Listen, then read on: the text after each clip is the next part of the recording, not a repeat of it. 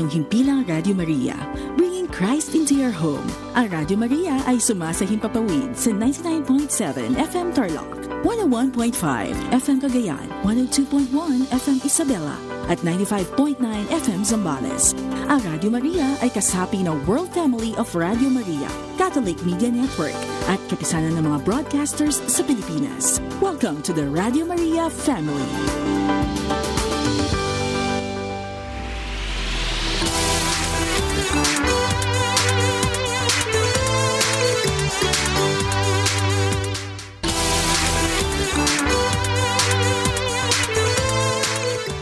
Ating lahat at malugod ko kayong tinatanggap dito sa Season 3 ng Usapang K, kung saan ating pag-uusapan ang mga spiritual na mga pananaw at mga kwentong kapupulutan natin ng aral. Simulan po natin ang ating programa sa isang panalangin. Sa ngalan ng Ama, ng Anak at ng Espiritu Santo. Amen. Panginoon, marami pong salamat sa lahat ng biyayang ipinagkakalob ninyo sa amin.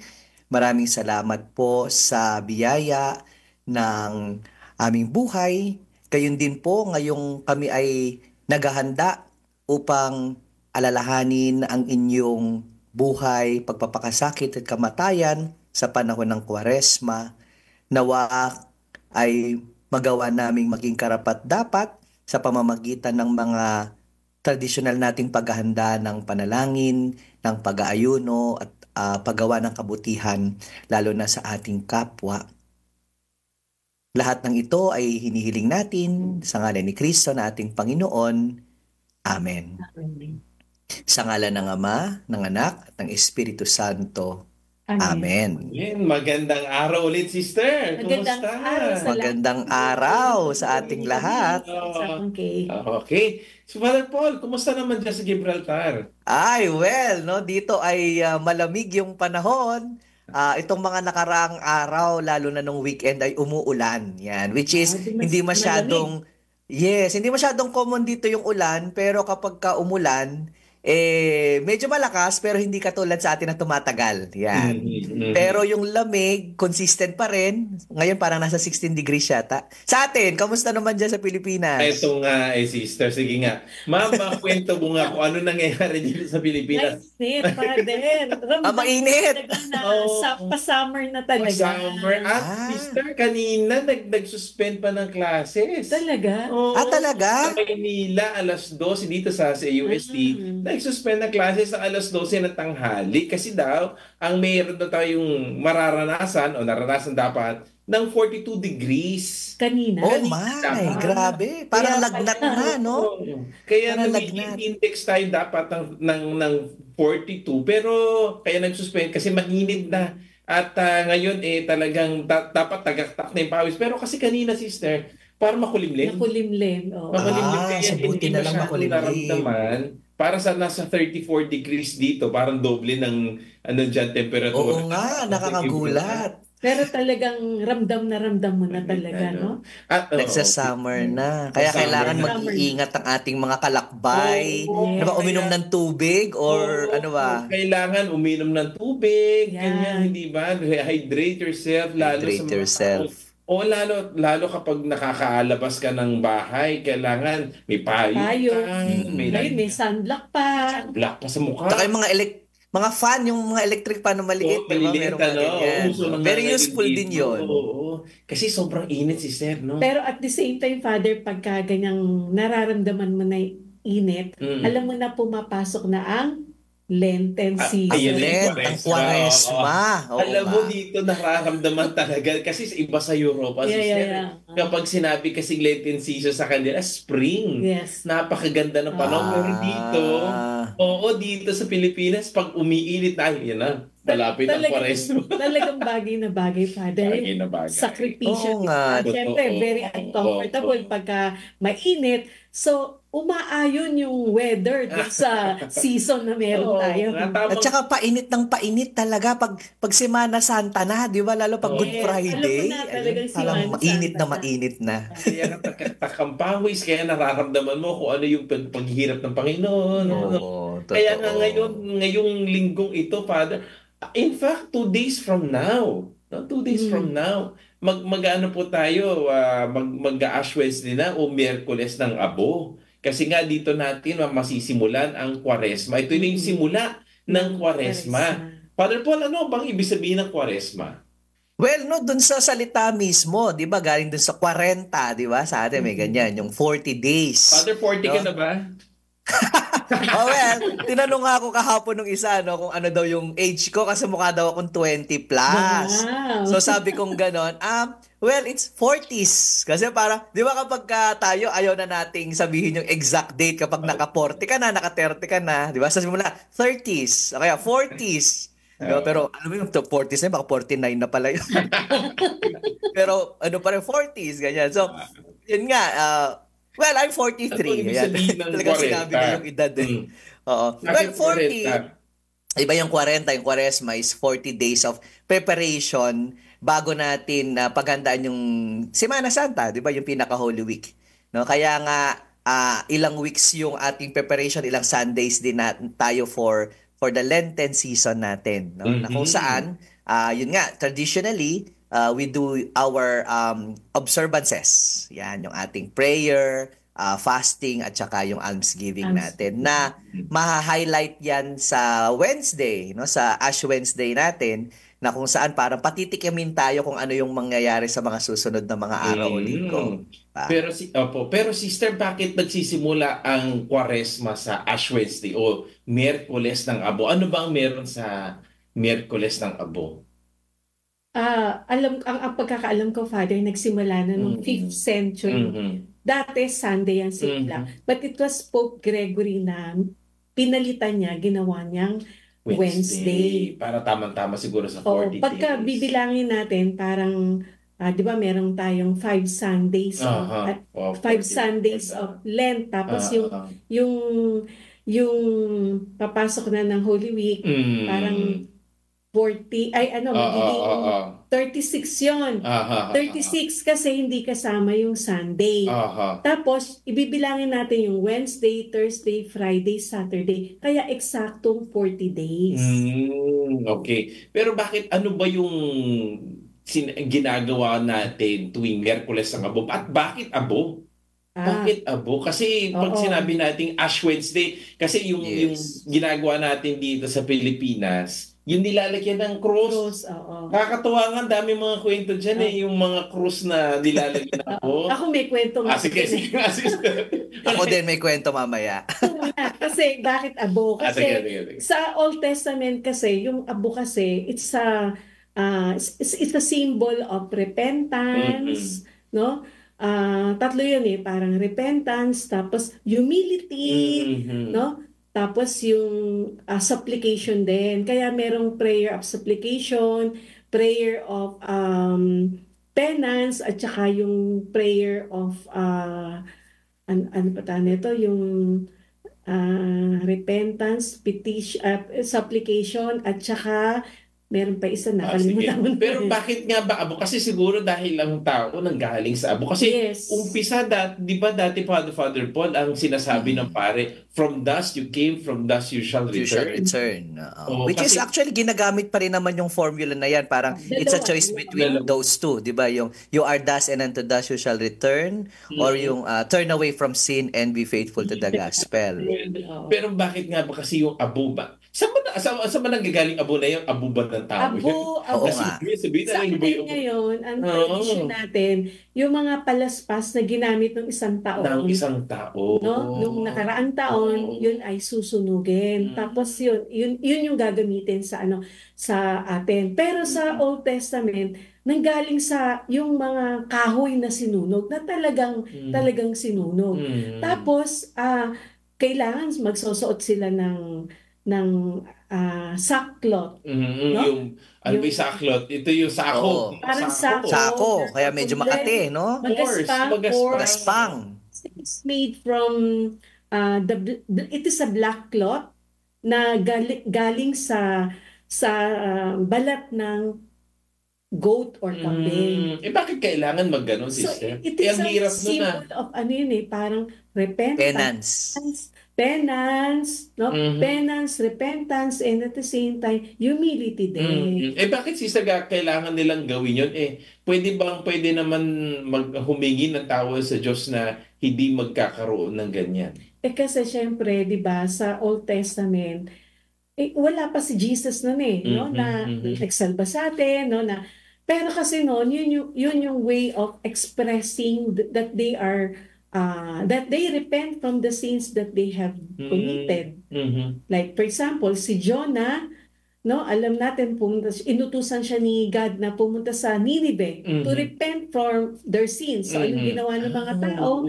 Sila ay nagsuot ng saklo, tapos upo sila sa abo, tapos at nagtagipin sila ng abo sa kanilang ulo. Na sila ay bumabalik sa loob nagbabalik loob sila sa Diyos, humingi sila ng kapatawaran at sila ay nagpapakumbaba. Na sinasabi nila sinasabi nila na mas mababa sila sa Diyos.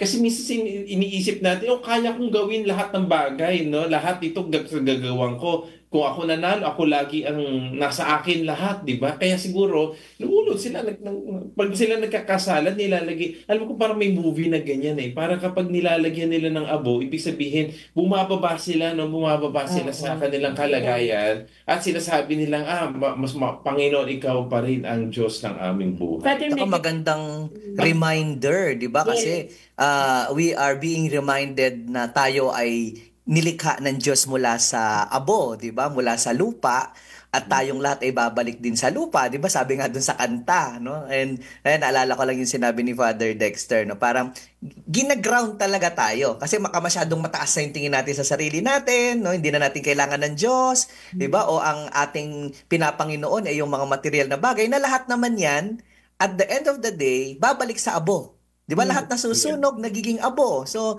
lahat ng material na bagay na ito. Kaya, it's a good reminder for us na balikan natin yung ating pagiging tao. Yan. Pero alam mo, Esther, maganda theologically, di ba? Pero may mga nangyayari kapag nilalagyan natin ng aboy mga noo, nakakatawa minsan. Nagiging abo?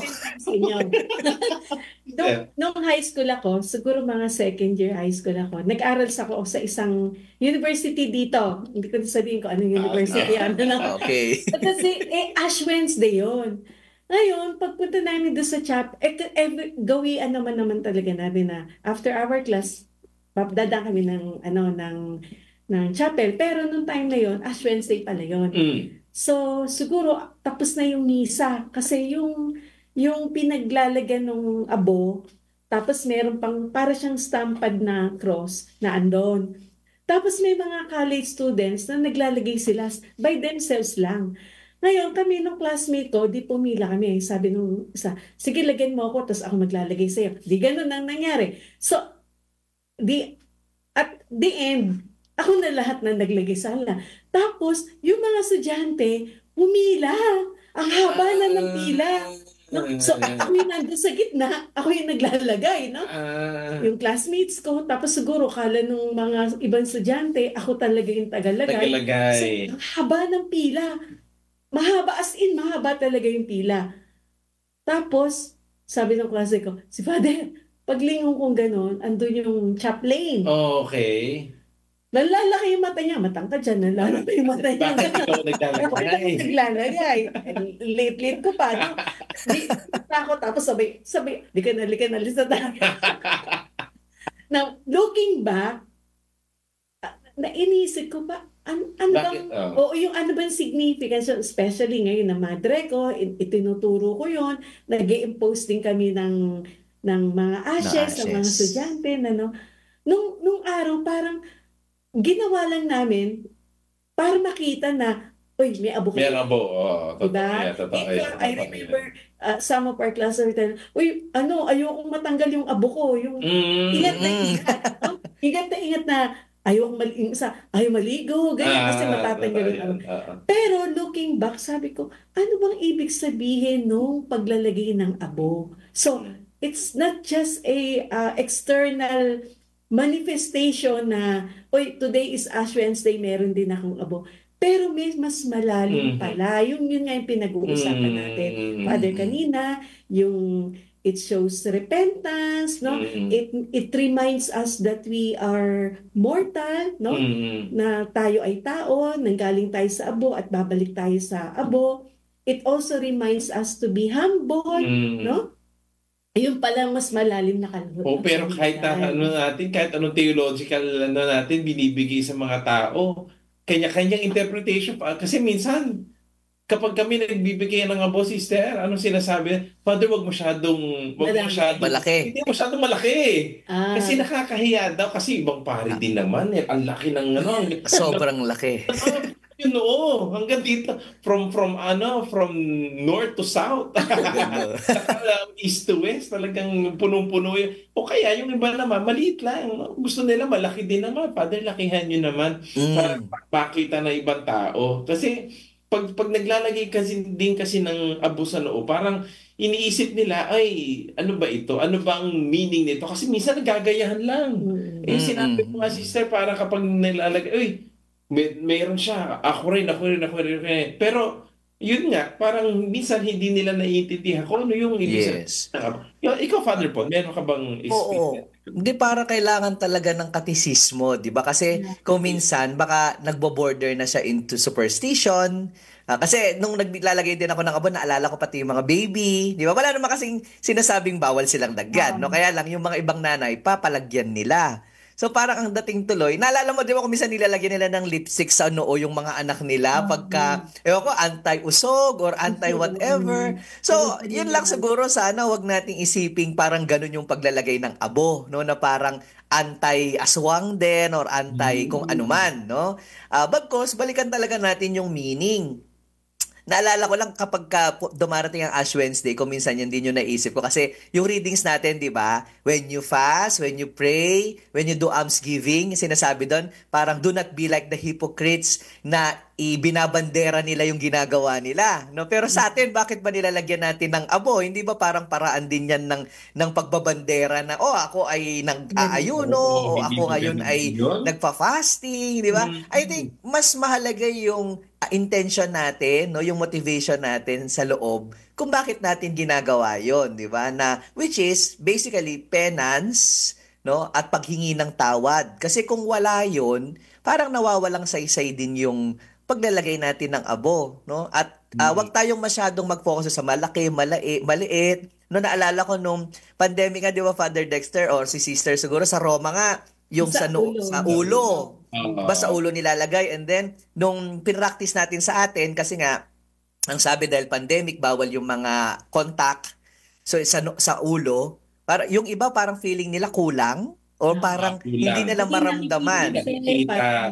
Oo, pero kasi sa atin pahid, pero sa ibang bansa, di ba, tama ba sa ulo? Oo, yes, sa ulo. Sa Thailand, sa ulo nilalagay. Sa ulo. Sa Spain, ganun din ba?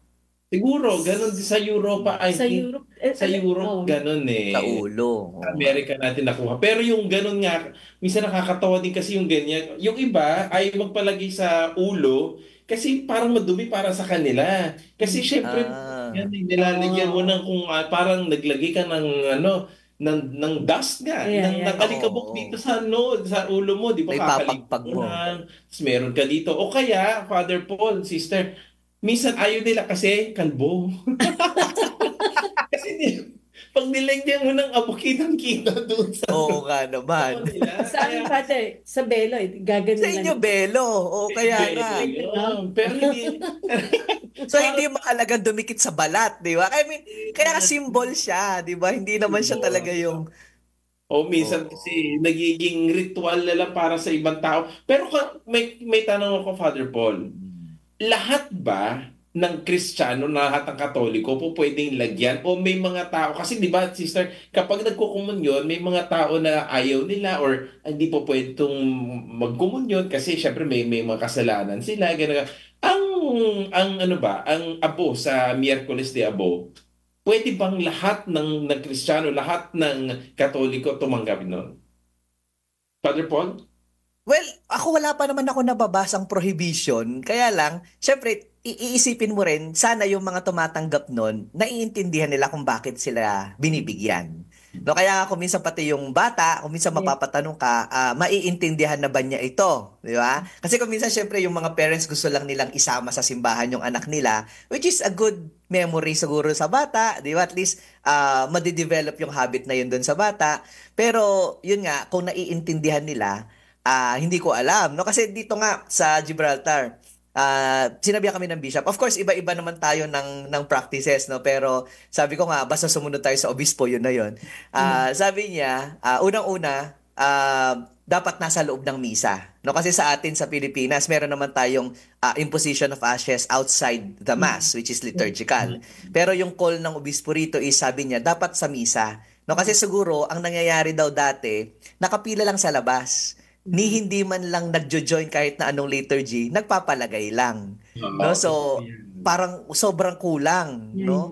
And then, sa mga bata, ganun din. Sabi nga niya, will they understand it? Ganun ang tanong niya. Kaya ako din, bigla akong napaisip, well, sa amin, sa Pilipinas, nilalagyan ko.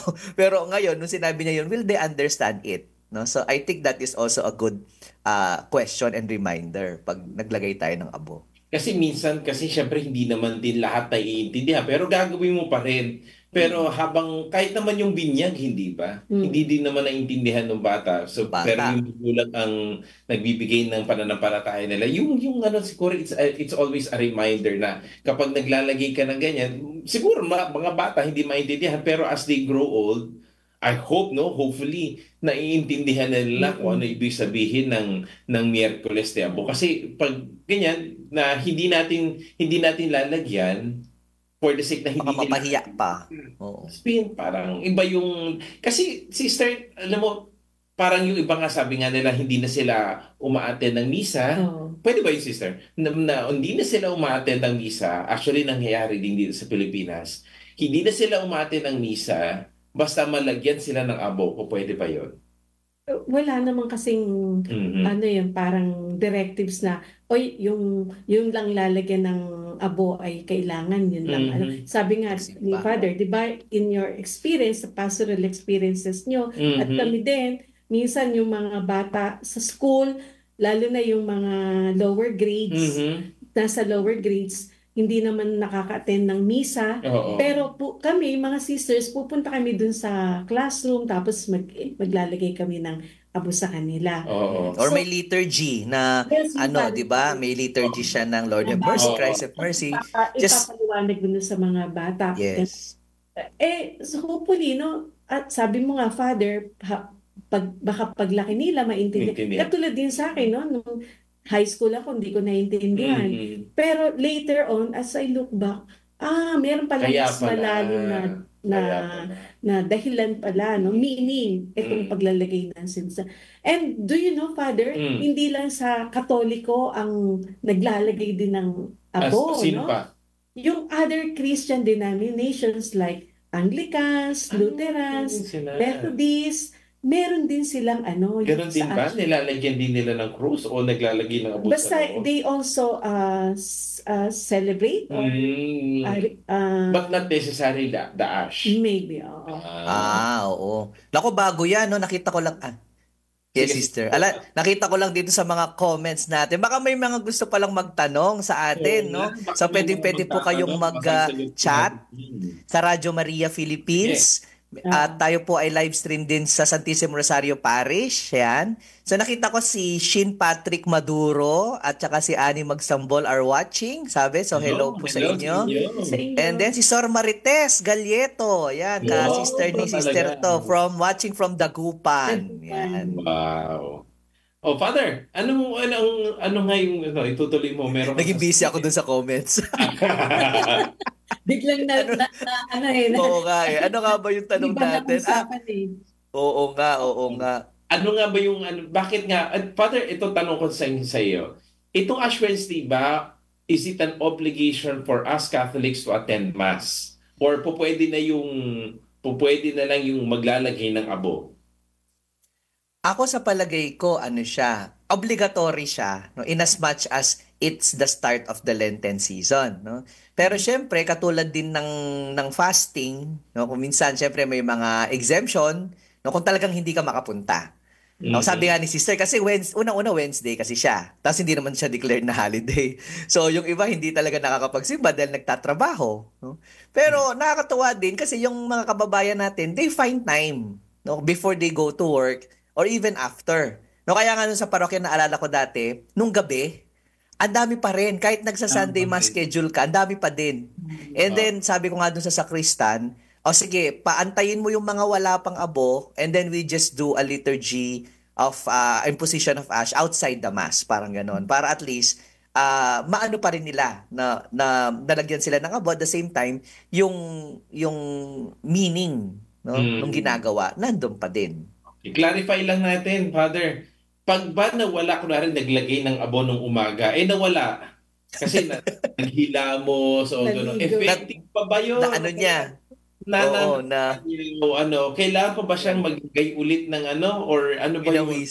Pwede ba yun? Or kailangan maglagay siya ulit? Oo. Yung mga listeners natin nagtatanong din. Talaga ba? Akala ko tanong mo lang yun. Hindi, baka. Baka. Well, syempre, practically hindi na. No? Kasi syempre, babalik ka pa para maglagay. Kumbaga, yung mismong thought, no, na gusto mong magbago, humingi ng tawad, yun naman yung meaning nung abo. Sa atin kasi, kuminsan, syempre, sa mga pare, kuminsan sa atin lalo na, di ba, kasama ka sa community mass. Tapos magmimisa ka pa sa hapon, natanggal na. Ang ginagawa ko doon, pinapalagyan ko sa Eucharistic ministers kasi para makita ng tao na meron. No, kasi I think the reason why you are putting that ay hindi naman para makita ng tao yun para talaga sa iyo. No, kasi kung hindi, magpalagay ka na magpalagay. Pero sabi natin, Father, hindi ito yung external lang kasi yung abo, pero may mas malalim pang kahulugan yung paglalagay ng abo. At yun ang mas importante. Pero kasalanan ba, sister, na walang abo? Kasi, kunwari, busy ako, Father, sister, medyo busy ako sa work ko, hindi ako nakalabas, hindi ako nakapagsimba, at hindi ako nakapaglagay ng abo. Kasalanan ba yun, sister? I don't think na kasalanan. Mukhang hindi. Hindi naman to yung parang katulad ng Sunday, which is an obligation. No? So, bakit hindi kasalanan, sister? Kasi symbolism lang kasi siya. Tama ba? Yeah. Symbolism siya na talaga tayo ay naniniklod sa Diyos na humihingi tayo ng tawad sa Kanya. At sa ating mga Katoliko, kasi nga, sister, di ba, sa kapwa natin mga Muslim, di ba, nagsimula na rin ang kanilang Ramadan. Hindi ba? Kasi sa kanila, ang Ramadan panahon din ng pag-aayuno, di ba? Very strict sila sa observance ng fasting. Kaya nga, diba? Yung prayer tsaka fasting. Tayo, ganun yun din. Siguro yung yun yung nagiging kasalanan. Yung, di ba yun ang ikinukumpisal natin? Kung hindi ka nakapag-fasting ng fasting days, which is yung Ash Wednesday, at saka yung Good Friday, di ba? Yun ang kasalanan. Pero yung abo, hindi naman siguro. Sige.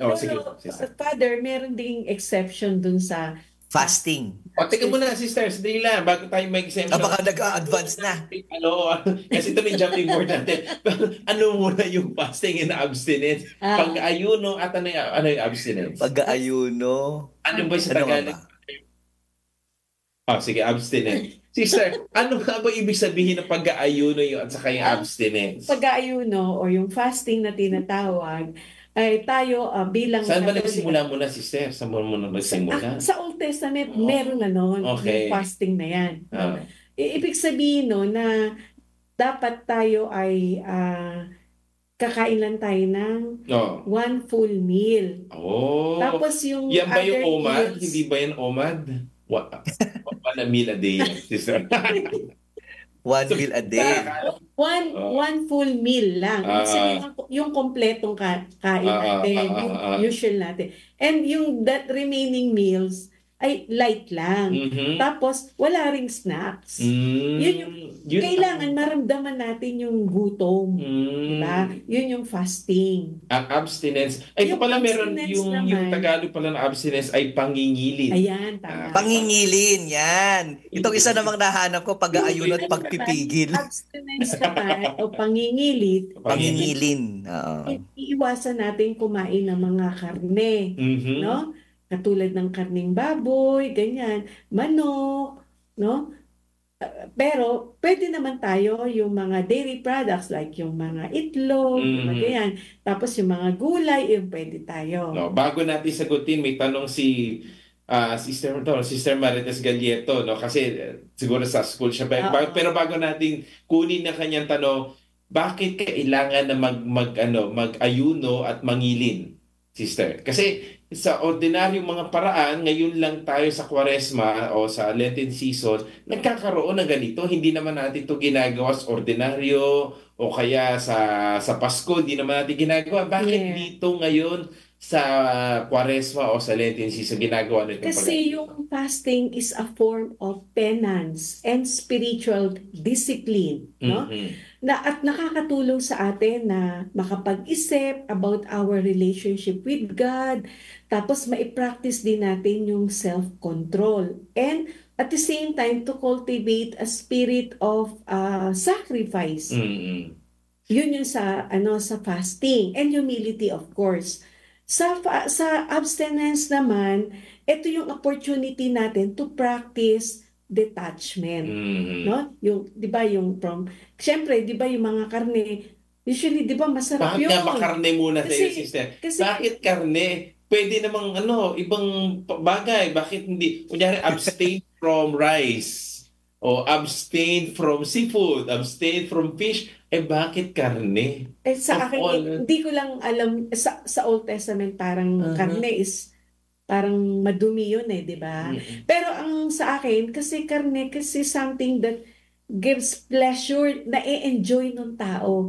So in abstinence, you are giving it up. Dinidetach mo yung sarili mo from that worldly pleasure. Dinidetach mo yung sarili mo. Kaya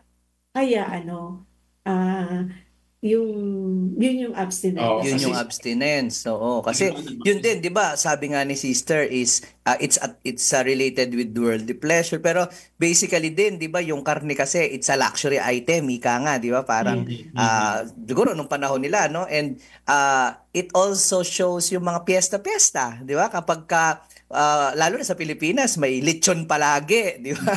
May lechon, may lahat na ng pagkain may baboy. So, bilang parte ng ating pangingilin or pagpa-fasting, di ba, we abstain from celebration. No, kasi parang nakikiisa tayo dun sa paghihirap, pagpapakasakit ng Panginoon. So, it symbolizes yun mismo na isang bagay na gustong-gusto mong gawin, no, katulad ng pagkain na lechon na isasakripisyo mo, parang ganon. So nagiging sakripisyo siya. Siguro yung isa lang dun sa fasting, naalala ko kasi ginagawa natin to every Sunday. Bago tayo tumanggap ng communion, 'di ba, nag-Eucharistic fast tayo. No, we are not eating anything to prepare to receive the body of Christ. So yung fasting sa akin, in that sense, we are preparing for something to receive din. 'Di ba? Hindi piniprepare natin ang sarili natin na mag-fasting sa mga, hindi lang pagkain, kundi kung ano-anong mga bagay. Yung ibang pari nga, kilala ko, nagpa-fasting sa social media, no, nagpa-fasting sa kung ano man, to prepare. Kasi dapat nandun palagi yung spirito na yun, na nagpe-prepare tayo, no, nanghihingi tayo ng tawad sa Diyos. Ano piniprepare natin? Mabalik yung relasyon natin sa Diyos, di ba? Father, there are different, sabi nyo nga, there are different kinds of fasting actually, no? Where we can exercise that. Hindi lang yung sa pagkain tayo nagpa-fast, pero meron tinatawag na digital fasting. Wow, meron na palang ganyan, Sister. Yun na pala ang tawag doon. Digital fasting na nire-reply na yung mga gadgets, mga ganyan, di ba? Tapos meron ding social media fasting. Yun. Okay. Iba pa yun, yung Iba pa pala yun. Yes, yung halimbawa, lagi tayong nasa FB, lagi tayong Instagram, TikTok. yun ang social media, no? Tapos, meron talking fast, no? Naku, kailangan ng marami yan. Di ba? Yung i-cultivate naman natin dito, yung silence, no? Yung prayer, reflection. Bawal chismis, bawal ang gossip, di ba? Meron din tinatawag na shopping fast. Halaga ba, Sister? Naku, maraming apektado niyan. Mahilig mag-shopping. Online shopping ba kasama dyan? Online shopping. At online shopping din. Malabas.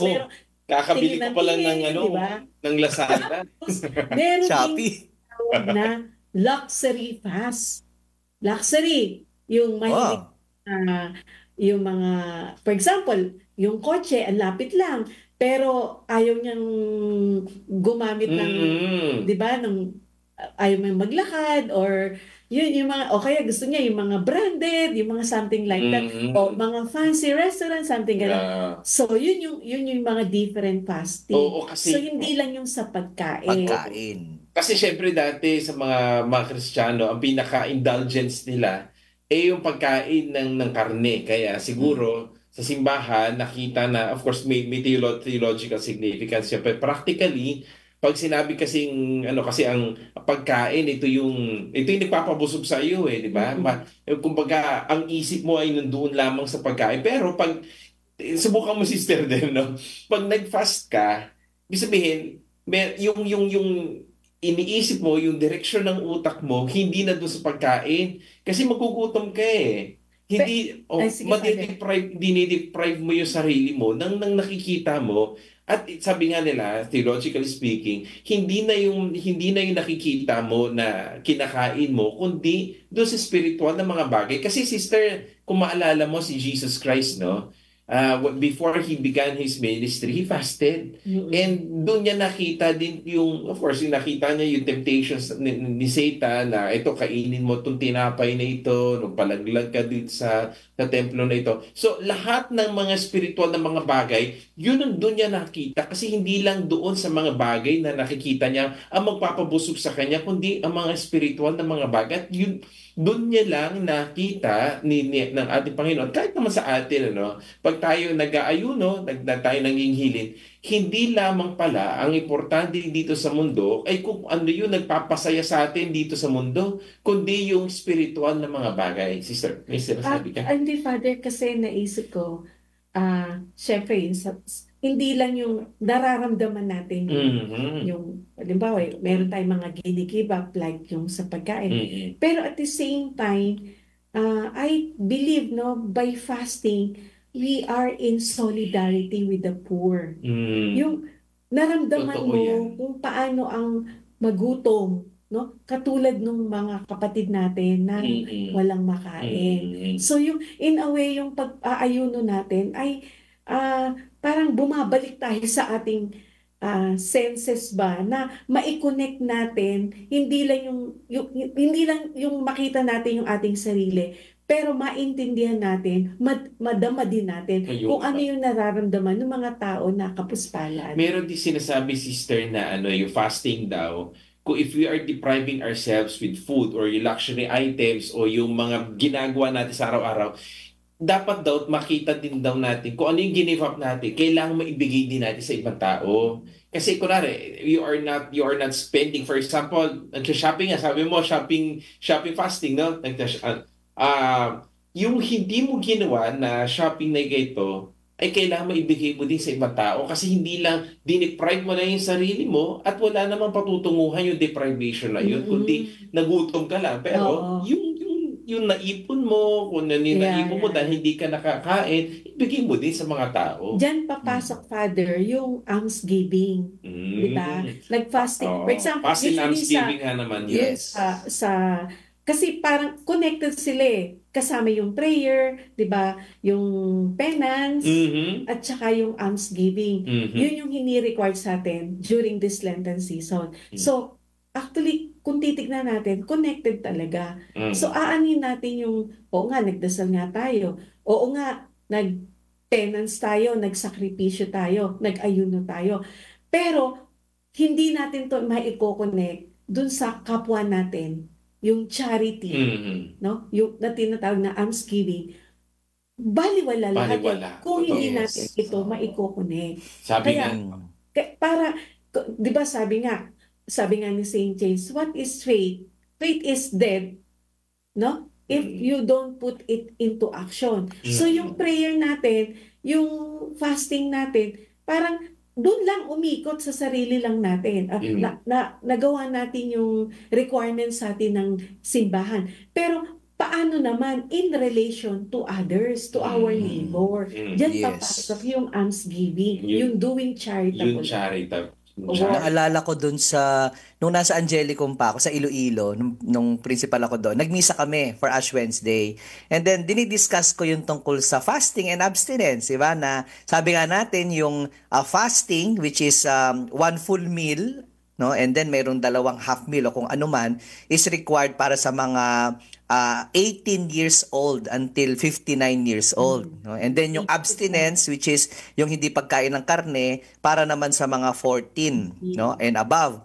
So syempre, yung mga batang 14 and below, nagpalakpakan sila. Nung binabanggit ko yon. Tapos sabi ko, ay sandali, sabi ko, huwag kayong matuwa na exempted kayo. Sabi ko, yung pagkain na supposed to be sana na, yun, kakainin mo, pwede ka pa rin, sabi ko sa kanila, kahit 14 and below kayo, pwede pa rin kayo mag-practice ng fasting. Sabi ko, and how do you do it? Instead na buong tinapay ang kakainin mo, sabi ko, yung kalahati lang ang kakainin mo, yung kalahati, ibigay mo sa classmate mo na walang pagkain, di ba? O kaya, pwede ka ring mag-fasting in the sense na dati, itong papel mo, di ba, sa'yo lang yan, pero ngayon mamimigay ka, something like that. Kumbaga, pwede mo pa rin siyang gawin kahit wala ka sa edad. Sabi ko, hindi pa rin kayo exempted doon sa spirit of Lent, no? Which is yung pagiging mapagbigay natin, di ba? Kasi kung minsan nga nafo-focus tayo dun sa penance, abstinence, pero nakakalimutan natin yung kaakibat niya, which is almsgiving, no? To become charitable, to think also of others. Kasi itong ginagawa natin yung fasting, abstinence, saka sabihin natin yung almsgiving, we are participating in fact, no, theologically speaking, sister, no? What we are doing, itong fasting, abstinence, almsgiving, it's a participation on the suffering and sacrifice of Jesus, no? Kasi baka hindi natin nakikita, oy, ginagawa ko ito dahil para bumait ako. Hindi, nakikita natin to na tayo kasi nagdusa ang ating Panginoon at dapat makita din natin yung sakripisyo na ginagawa natin, we are participating, nakikisama tayo. Nakikisama tayo sa paghihirap ng ating Panginoon. At yung paghihirap ng ating Panginoon, hindi siya naghirap dahil gusto niyang maghirap. No? Naghirap siya dahil siya ay nagmamahal. At yung pagmamahal na yun, ay na-translate niya kasi sa pagbibigay ng buhay niya sa mga tao. Yung sinasabi mo, Father Paul, yung pagbibigay, paghahati ng tinapay, o kaya pagbibigay ng kokonban o ng yellow pad, it's a form of sacrifice. Kasi para sa iyo yun eh. Di ba? Ikaw dapat ang nakakuha nun, pero ibinibigay mo to. Ang sabi nga nila we cannot experience love without sacrifice. Hindi mo pwedeng maramdaman ang isang pag-ibig ng walang sakripisyo. Yung pagbibigay pa lang na yun, dapat para sa iyo yun eh. Pero ibinibigay mo sa ibang tao. Kaya tinawagan, no, charitable, charity para sa ibang tao. Kasi doon natin makikita ang tunay na pagmamahal kung yung ibinibigay mo na yung sarili mo. Father, ito yung sinasabi na you give until it hurts. Yes. Diba? Para si Saint Teresa of Calcutta yan. Di ba? Hindi ko Saint Teresa. Sige. Naalala ko yung kanta naman, love is something that you give it away. Love is something that you give it away.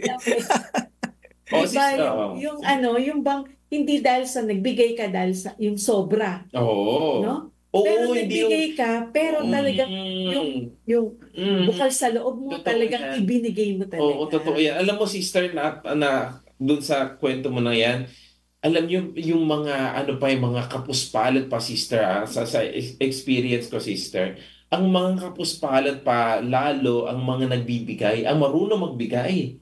Hindi yung mga may kaya, sister, sa experience ko, pag ako ay nagbibigay ng misa o kaya meron tayong gathering na ganyan, mas generous pa ang mga kaunti na nga salat na sa buhay, pero sila pa yung nagbibigay. Kaya yung sinasabi mo, sister, na surplus, marami sa atin niya. Ito, meron pa akong extra. Pero yung totoong sakripisyo, Father, yung totoong sakripisyo, ito na lang ang meron ako, ibibigay ko pa. Ito yung sinasabi sa mga sa story ni Jesus, no? Yung nakita niya yung widow, yung balo, nakita niya yung balo, wala na siyang ibigay, pero ibinigay niya pa rin. Kesa yung sa mayaman, marami siyang pera, pero ito yung extra ko, kahit napakarami, extra ko pa rin yan, surplus ko pa rin yan. Kaya yung kaunti na meron, yung balo, nung naibigay niya, sabi niya, ay yun, mas maganda ang ginawa ng balo na iyon. Naalala ko lang dun sa share ni Father Dexter, yung sinasabi niya, yung mga kapuspalad, no, sila pa yung very generous. Lumabas ka lang diyan sa Maynila, di ba makita mo yung mga pulube? Ito nagtataka talaga ako palagi. Ewan ko kung natutuwa ba ako o ano, yung mga pulube, may alaga pa silang aso. Yes. Diba? And then sabi ko, wala na ngang makain tong mga to. Nag-aalaga pa ng aso. Hindi lang isang aso, minsan 2 o 3 aso. So, ibig sabihin, kahati pa nila yung aso sa pagkain nila. No? Pero, nag-aalaga pa rin sila. So, ibig sabihin, alam mo yun, parang they are so generous that they know that to live in a day, ito lang ang kailangan nila. No? At hindi naman nila aalagaan yung aso kung hindi nila kaya, di ba? Pero, yun lang, parang naisip ko lang yun eh. Parang sila na nga yung walang-wala. Ay, nag-alaga pa. Di ba? Sino pa yung walang-wala? Oo, at hindi lang hindi lang aso, kuminsan even tao inaalagaan pa ng mga yan. Di ba? Inaampon nila yung pamangkin nila, yung ano nila, kahit wala na sila. Oo. Naalala ko yung isang quotation na nabasa ko sa lumang dyaryo, napakatagal na panahon na. Pero nasa talaga ako, no? Sabi ng quotation, if you realize how much you need mercy, you will be merciful to others. Yeah. So ito yung sinasabi ni Father na yung mga kapuspalad na sila pa yung nagbibigay. Ito yung mga pulube na nag-aalaga pa sila ng mga hayop, no? Dahil alam nila paano yung may kawalaan. Totoo yan. Kasi napakalakas ng nila, empathy nila, no? Kasi yung iba nga sa YouTube marami yan eh, parang nag-i-interview sila ng mga tao na kahit sikat na sikat dati nung bumagsak yung mga buhay nila. Doon nila naintindihan kung paano magutom at kung paano mawalan ng minamahal sa buhay. Sila mismo yung tumutulong sa ibang tao. Kasi naramdaman na nila na ay ganito pala magutom. Ganito pala ang mawalan ng mahal sa buhay. Ganito pala mawalan ng kahit ano sa buhay mo na ay gusto ko nang tumulong sa ibang tao. Ito nga yung sinasabi, Father, na you will never realize something unless na ikaw mismo na pinagdaanan mo doon, di ba? Totoo yun. Naintindihan mo kung paano yung may walang pera, no? Kasi yung isang tao na naghihirap na walang pera at nagbibigay ka kasi naranasan mo yun. Marami akong narinig na ganyan, sister. Kasi kapag sabi niya, mahirap pala na talagang walang-wala ka. Kasi sabi niya, you cannot choose. Parang ang sinasabi niya, mahirap na makita mo yung sarili mo na walang-wala. I mean, kapag walang-wala ka na pala, kahit karampot na pera, ma-appreciate mo na. Yes. Kasi naramdaman mo na eh. Kaya marunong ka na tumulong sa kapwa mo dahil naramdaman mo na. No? Father po, naalala ko din yung yun, nasa Angelicum nga ako. Parang may nasunugan. And then parang nagpa-donation kami. Tapos talaga marami rin ng mga nagbigay. Tapos may nagbigay ng mga pambata na mga damit. Sabi ko, kasi usually ang binibigay ng ibang ganyan pag nasunugan, gown nga na hindi naman magamit ng mga nasunugan. Di ba? Ano ba yan? Di ba? Yan yung sinasabi ni Father Dex kanina na yung surplus lang nila yon. Pero ito, ang binigay niya, like may mga tuwalya, yan, may mga sabon, may mga pambata. Kasi, sabi niya, kasi Father, alam mo, nasunugan na rin kami. Sabi niya, at alam namin yung pakiramdam nang nag-stay dun sa evacuation camp.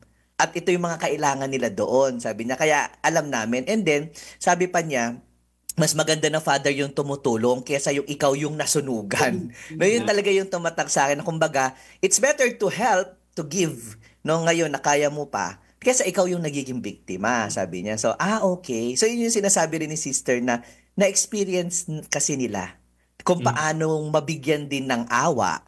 'Di ba? Kung paanong makatanggap ng ayuda. No? Kaya ngayon, nung sila naman yung nandun sa kabilang banda na sila yung may kakayahan, sila naman ngayon yung tumutulong. Parang gano'n. Itong fasting abstinence, saka itong almsgiving, ito yung nilalaman ng buong 40 days 40 days natin bakit nga ba 40 days? Kasi ito yung paraan ng preparation natin towards Easter kasi ito Father Paul.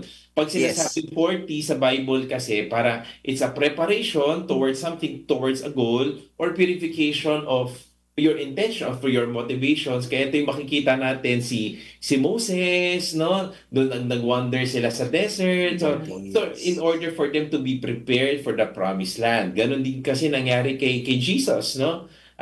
No 40 days and 40 nights sa desert. O kaya kay Noah, sabihin natin 40 days and 40 na before na nag-subside yung So parang yung 40 days na ito, mga kalakbay, no? 40 days ng preparation, paghahanda natin sa nalalapit na hindi natin, actually sister, hindi tayo nagtatapos sa kamatayan ng ating Panginoon, kundi sa pagkabuhay, yung muling pagkabuhay niya. Sa Easter. Kaya itong Ash Wednesday, nagtatapos sa Easter. Ito yung hinihintay na bawat Kristiyano. Pero itong 40 days ito, kailangan nating paghandaan. Preparation natin itong Lenten season leading to Easter. Kasi mahirap ding tanggapin ang ating Panginoon kung ang dami nating baggage. Kasi baggage yan, sister, di ba? Yung mga kasalanan, yung mga iniisip natin, yung mga earthly, yung puro makamundong bagay, no? Puro baggage siya. Akala natin mas nagiging masaya tayo. The more that we have, the more problems or the more burden that we are carrying. Kaya itong fasting, abstinence, almsgiving, in fact, ito yung nagpapagaan ng ating load dito sa ating mga buhay. Kaya paano tayo makakarating sa Easter? Kailangan tanggalin muna natin, no? At tanggalin yung mga nakakabigat na ito, mga problema, yung mga kasalanan, yung mga nakakabagabag sa ating isip, no? Kasi minsan, sister, di ba? Kapag marami tayong puno tayo ng hinanakit sa buhay, ito yung mga taong nakasimangot, no? Laging parang ang bigat ng kanyang dinadala. Pero yung pagpapatawad, sister, kasi dapat ma-emphasize din natin dito sa fasting, abstinence, at saka ito almsgiving, dapat akibat niyan ang pagpapatawad at pagmamahal. Tama. Sister. Father, meron po tanong dito. Opo. Sabi, Father, may diabetes po ako at kailangan kumain sa tamang oras. Paano po ang mag-aayuno sa Biyernes ng Abo at Biyernes Santo? Hindi natin nabanggit kanina yan. No? So, actually, di ba may mga exemption naman doon sa fasting and abstinence natin, which is dun sa mga senior citizen, no? Kaya nga until 60 lang yung fasting natin. Dun sa mga may mga sakit. Senior citizen. Oo, parang yung mga bata pumalakpak, di ba?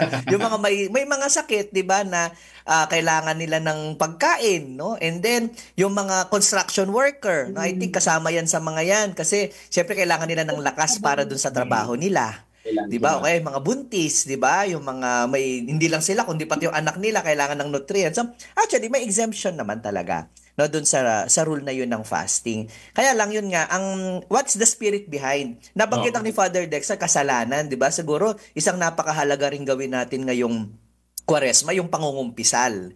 No, lalo na it's a jubilee year, no, may mga simbahan tayong tinalaga bilang jubilee churches na may mga indulgences, no? So I think it's a very good time for us to claim those graces and blessings through the sacrament of confession.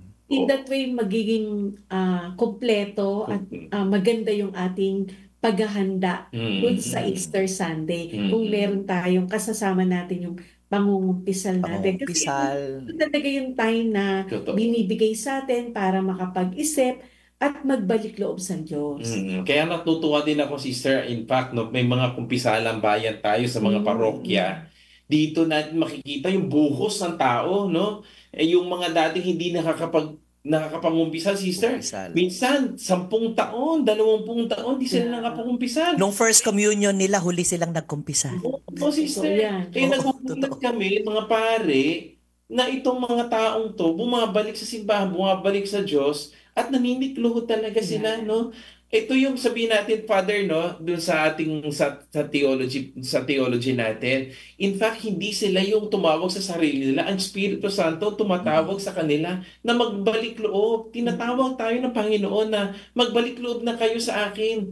Ito yung kaya nga nagugulat ako na lumuluha sila, talagang humihikbi sila na O, dahil ngayon lang daw nila na i-release yung bumabagabag sa kanilang puso at isipan itong problema na ito. Hindi nila masabi kahit sa mga pamilya nila, sa magulang nila, sa asawa nila, sa mga anak nila. Hindi nila masabi kahit tumanda na sila, sister, ha? Doon lang nila sinabi doon.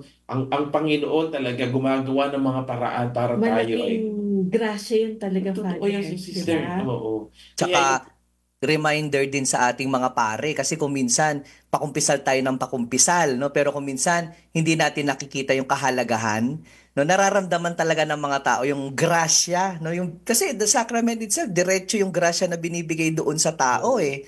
So wag tayo rin mga pare, no, wag tayong parang mawalan ng paniniwala doon sa mismong sakramento, no, na tayo nagiging instrumento tayo. Pero totoo yun yung sinasabi ni Father Dexter, after nilang matanggap yung sakramento, it's not just because they have released their sins, pero natanggap nila yung biyaya. No, na pag alis nila doon sasabihin, Father, parang napakagaan ng pakiramdam ko.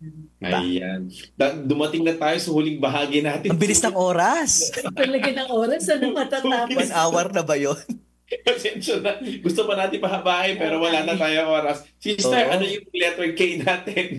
Sa akin, yung kawang gawa. Okay, bakit? Kasi, di ba, gawa at saka awa. So, yung may mercy pa rin doon no? Para sa akin yung ang paggawa ng charity, no? Yung kawang gawa ay hindi lang yung sa Lent, during Lenten season, during Quaresma.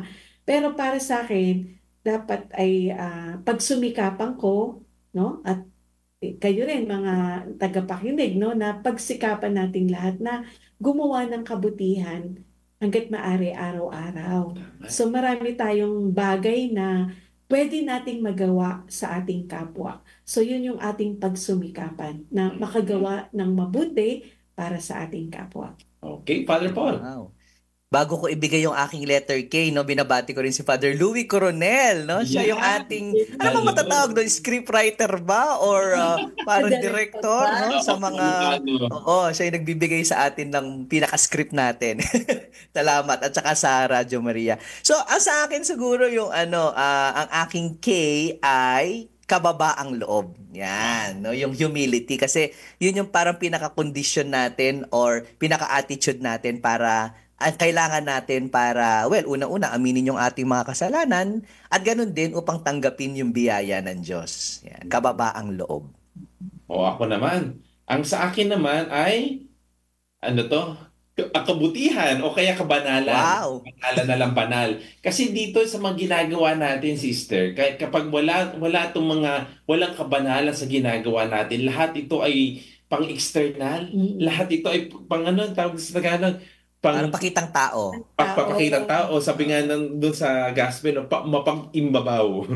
Mga hypocrites. Ginagawa natin itong mga lahat na ito para lang makita ng tao. Pero kung ginagawa natin ito, para tayo ay maging banal, makikita natin ating mga sarili na tayo ay makasalanan sa Diyos. At humihingi tayo ng awa at tawad sa Diyos, makikita natin na unti-unti, hindi overnight pero unti-unti tayong naglalakbay patungo sa Panginoon at unti-unti tayong nagiging banal sa ating Panginoon. Sana balang araw tayong tatlo, no? Ay magkikita tayo sa langit. Correct. Tayo ay hihiranging mga banal. Wow, grabe. Si sister yun ang level talaga ni sister. Akala ko sabihan tayong tatlo pumunta ng Gibraltar. Yun naman, di ba dapat ang goal natin? Yes. Maging banal. Lahat tayo bilang Katoliko. Di balang araw, mag-reunite tayo sa langit. Kita-kitang muli. Sabi nga doon sa right ng Sabi nga, di ba? At maraming salamat po sa lahat na nakinig. At magkikita-kita tayong muli sa susunod na edisyon na Usapang K.